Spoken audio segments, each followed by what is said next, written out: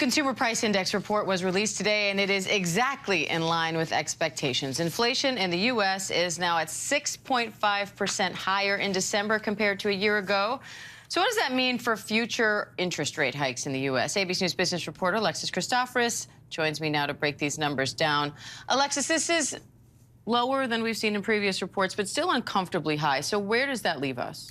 But first off, this is a good report. I do want to make note of that. This is the sixth straight month we're seeing consumer prices pull back from that peak we saw back in June when consumer prices were at 9.1%. So again, we saw prices down 0.1% month over month, up 6.5% year over year. That is still high, but it's a further slowdown from November's increase of 7.1%.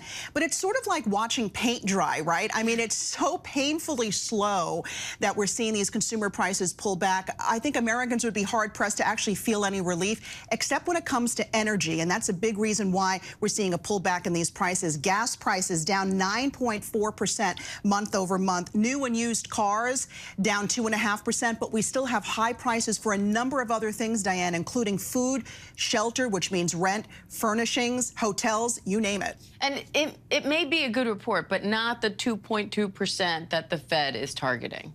Right. I mean, I think this report shows us that we're trending in the right direction, but the Fed's job is not done yet. They still want inflation to be at that magical 2% number. So we're still looking at a more aggressive Fed.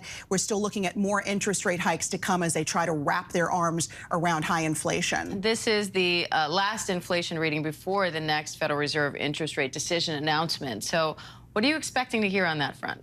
Probably not a Fed that's been as aggressive as it has been. Maybe we'll see a half-point rise in rates. Maybe we'll see a quarter-point rise in rates. Remember last year we had a string of 3/4 of a percentage point rises. I think those days may be over for now. But I think this report shows that while we're trending in the right direction, prices are still very high. And one of the reasons the Fed is having such a hard time getting inflation under control is it's now seeped into different areas of our economy, well beyond food and energy, into services, things like transportation, hotels, health insurance. And so when it gets into those areas of the economy, it's a lot harder to start to bring it down.